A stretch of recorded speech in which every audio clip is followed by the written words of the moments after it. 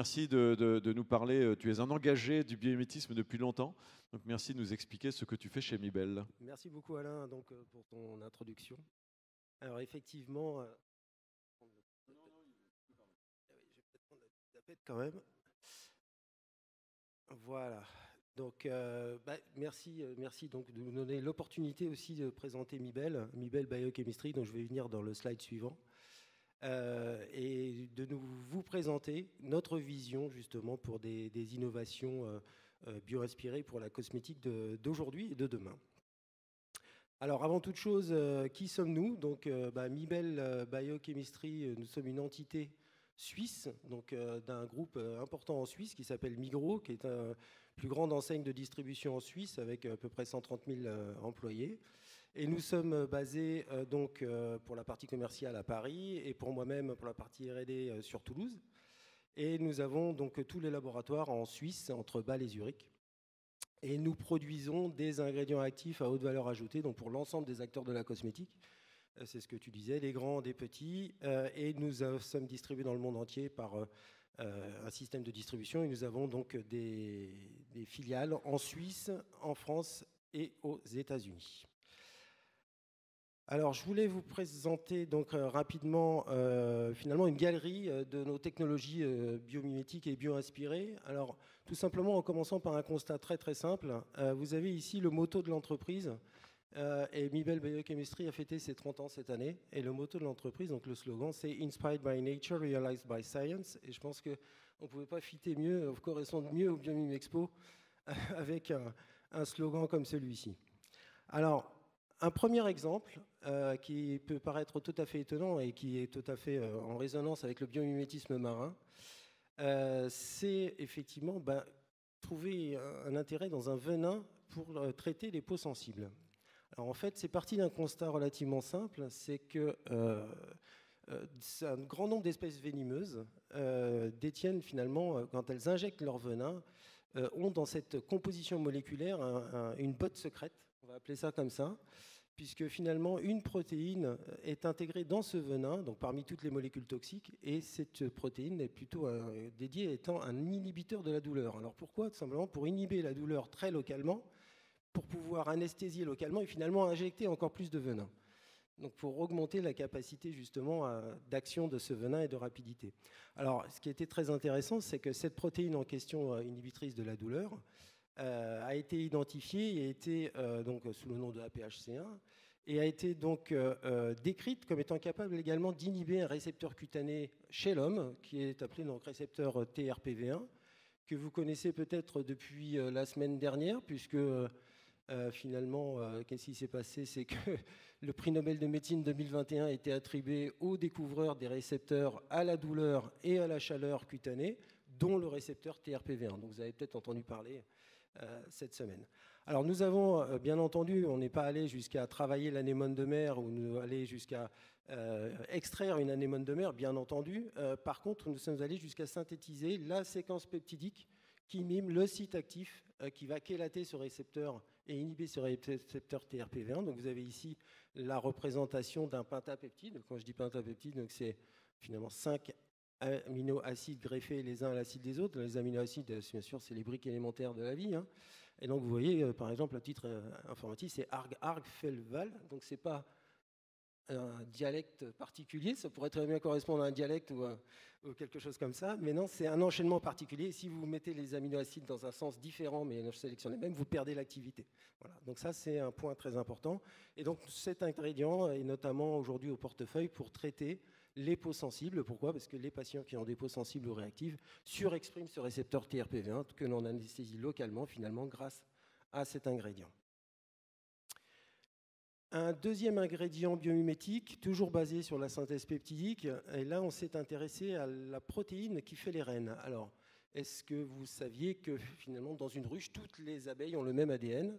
Et pour autant, il y a une grande différence entre les reines, donc la reine, et les ouvrières. Vous avez bien vu, il y a des différences morphologiques importante. La reine est fertile, la reine est plus grosse, la reine vit plus longtemps. Et en fait, tout ceci provient d'une différence en fait, de l'alimentation au stade larvaire, puisque la reine, elle, est nourrie exclusivement de gelée royale, alors que les ouvrières reçoivent la gelée royale 3 jours, puis après une alimentation différente. Alors, ce qui est très intéressant de voir, c'est qu'au sein de cette gelée royale, il a été identifié une protéine. Alors, les scientifiques, souvent, moi j'aime beaucoup, sont quand même poètes, une protéine qu'ils ont nommée la royale actine. Alors, je trouve ça très joli. La royale actine qui, elle, est ce facteur qui va déclencher certains éléments, ce que nous, on appelle facteurs épigénétiques, c'est-à-dire les facteurs qui vont différencier la morphologie de certains individus en fonction de leur alimentation.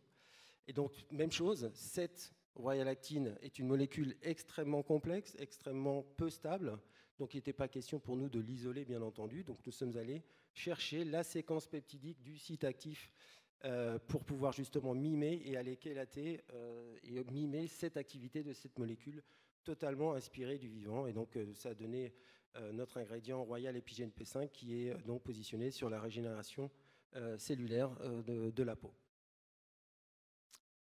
Un exemple également que j'aime parler, dont j'aime parler tout particulièrement, qui est autour des algues rouges. Alors, rien de neuf ici, je mentionne cet excellent Nature égale Futur. Je ne sais pas si on en a parlé dans la journée, mais je le mentionne parce que j'affectionne particulièrement cette série.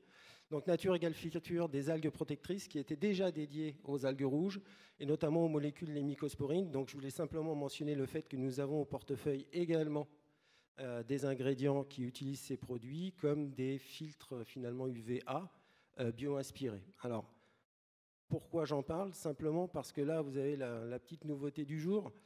Nous, on s'est intéressé aux pendants terrestres des mycosporines qui sont beaucoup moins décrites. Alors pourquoi? Tout simplement parce que nous avons au portefeuille des ingrédients qui sont extrêmement connus au sein de notre portefeuille autour des jeunes pousses.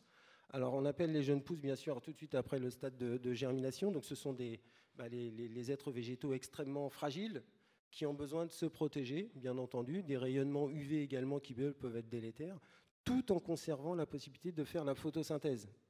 Et donc c'est cette balance tout à fait incroyable de protection contre les UVB et optimisation de la photosynthèse pour ces jeunes pousses. Alors on s'intéresse particulièrement à une série de molécules autour de l'acide synapique.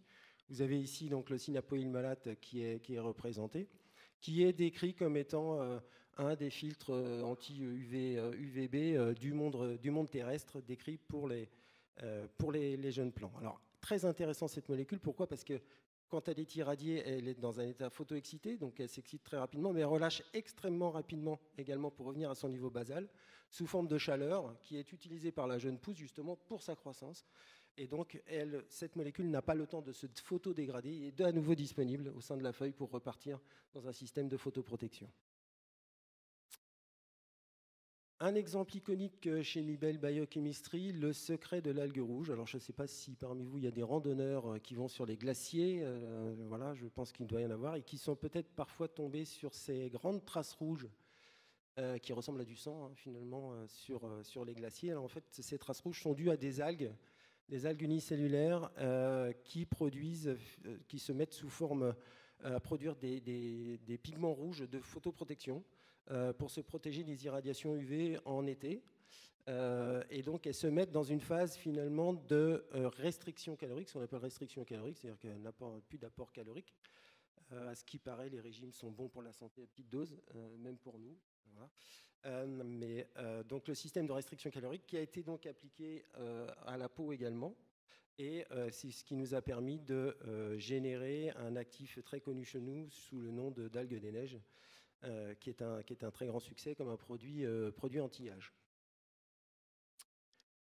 Une technologie extrêmement intéressante également dans le cadre de la protection de la biodiversité et comment on met en avant la production d'ingrédients cosmétiques pour des espèces qui sont soit protégées, soit extrêmement rares. Donc ce sont les cultures de cellules végétales.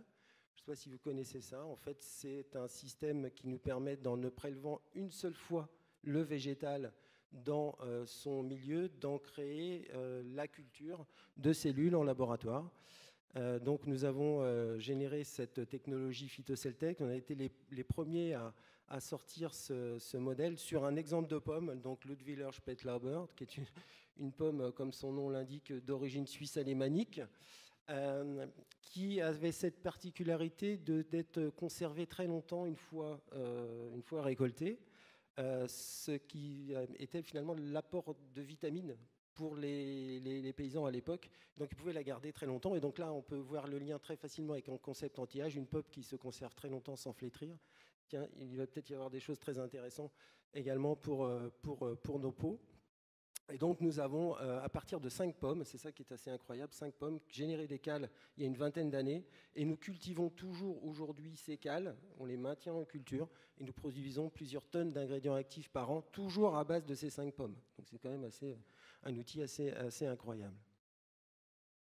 Alors voilà à quoi ressemblent les cales. Donc ça ne ressemble pas à des pommes, hein, mais donc ce sont effectivement des cellules qui sont des amas de cellules. Donc là où c'est très intéressant, c'est que cette technologie, et donc Mibel a vraiment été pionnier sur ce créneau. Mibel avait été invité à participer à la réunion conférence des Nations Unies, donc Rio+20 en 2012, pour présenter cette technologie justement comme une percée dans la notion de développement durable. Et donc, depuis, il y a un certain nombre d'ingrédients actifs au portefeuille et chez un certain nombre de nos confrères également sont produits par ces technologies de culture de cellules végétales, notamment chez Pierre Fabre d'ailleurs. Un dernier exemple qui est vraiment un des plus récents chez nous, c'est parler des mousses, parce que c'est vraiment, j'adore cette thématique des mousses. Vous avez d'ailleurs une photo, c'est dans mon jardin, donc vous avez une magnifique mousse. Pourquoi les mousses ? Tout simplement parce que ce sont parmi les plantes pionnières qui ont plus de 500 millions d'années de vie terrestre, qui ont su s'adapter, sont des championnes de l'adaptation à tous les domaines. Elles ont connu les glaciations, elles ont connu les réchauffements, elles ont tout connu, pour autant elles sont toujours là. Et point très très important, elles savent résister à toutes les notions de déshydratation, réhydratation avec des flux qui sont maîtrisés avec des vitesses très très importantes et surtout la possibilité de se régénérer extrêmement rapidement. Alors, juste, on va mentionner un exemple. Pourquoi on a cet exemple de bio-inspiration ? Donc, on a un dernier lancement, c'est Molseltec Aloe, dans le cadre où finalement ces mousses qui n'ont pas de racines arrivent à générer le flux d'hydratation de sa phase déshydratée à sa phase hydratée. Et on a mis en évidence le mécanisme équivalent via des gap junctions et via les connexines au sein de notre peau. Donc on est vraiment dans un exemple ici bio-inspiré sur le flux d'hydratation comme les mousses savent le faire.